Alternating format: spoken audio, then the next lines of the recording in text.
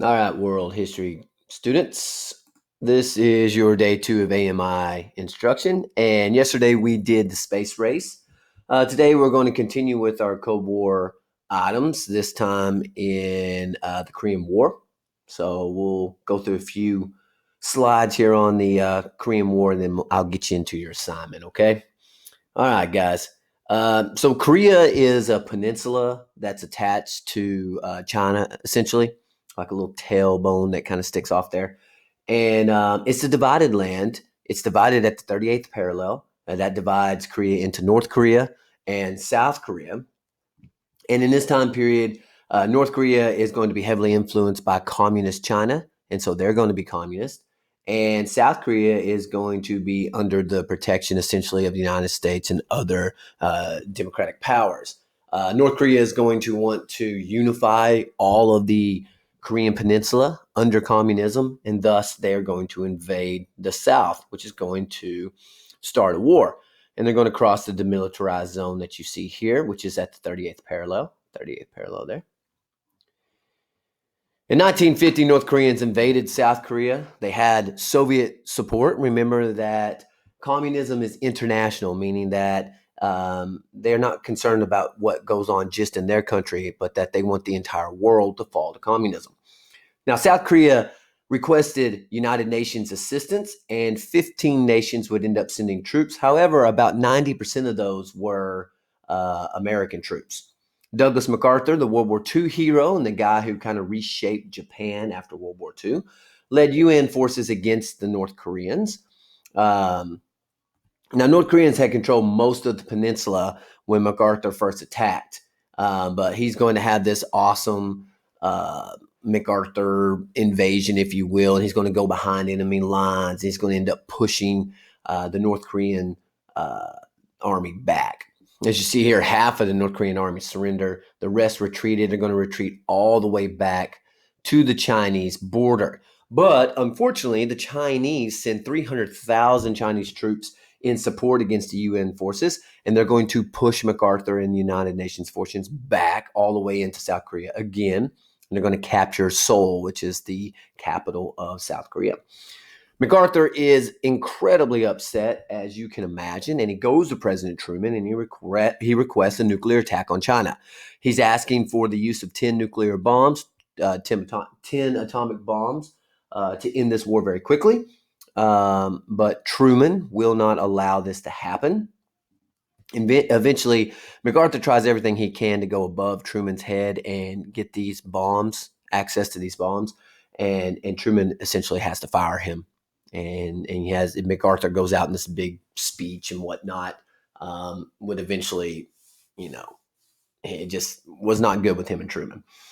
In 1953, a ceasefire was signed and the border was established at the 38th parallel. So the Korean War, for our purposes, was from 1950 to 1953. Now, technically speaking, the war doesn't end. It's just a ceasefire. But American troops are gone in 1953. We're there from 1950 to 1953. What's the aftermath? Well, North Korea would end up building collective farms. They would focus on heavy industry and nuclear weapons. North Korea is one of the poorest countries in the world today, whereas South Korea, using democracy and American aid and all that, have a very vibrant economy and things are pretty nice. In North Korea, people get put in concentration camps and its consumer goods are really hard to come by.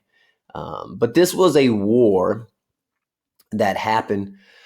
It's a proxy war, but it happens within the umbrella of the Cold War. It happens because it's communism versus democracy. Communism in North Korea, democracy in South Korea. And we're going to help our side, and China and the Soviet Union is going to help their side. America and Soviet Union are never going to butt heads directly, but we will use puppets, if you will, to advance our ideologies. Now, let's go to our assignment and see what it looks like. Maybe. Okay, so in Google Classroom, we go to the Korean War assignment.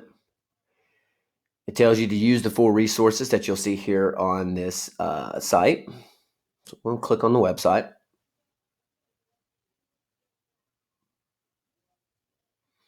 And it will certainly consider opening.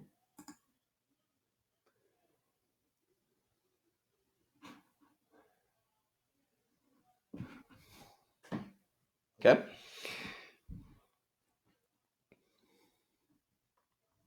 All right. So it will bring you up to this. And you want to read these little things right here. All right, here's a map. Here's China. So you can see Korea is a peninsula, meaning it's surrounded by water on 3 sides. All right, North and South Korea. Seoul, you can see, is close to the 38th parallel. And here's your things you want to go through. You're going to want to go through here and read this. You just click on it. And, you go through this stuff right here. Oh, that's the next thing. Sorry. You click on the launch button and you will read this stuff. It's not too long. All right. After you do that, you'll come down, you'll watch this 10, 11-minute video of the Cold War in Asia, John Green crash course. It's fast, but remember, you can pause it and rewind, do whatever you need to. And lastly, this is pretty short, but you'll want to hit download and read this short thing about this picture here. Once you've done all of those things, very important, you're going to come down to worksheet.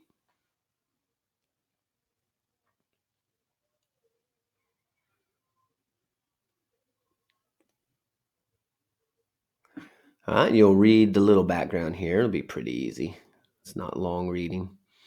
And then you're going to use all the video. You're going to use the oral history. So here's the oral history, the information you found out about it, your observations, meaning what it made you think about. The Cold War in Asia video, again, what did you learn from it? Notes.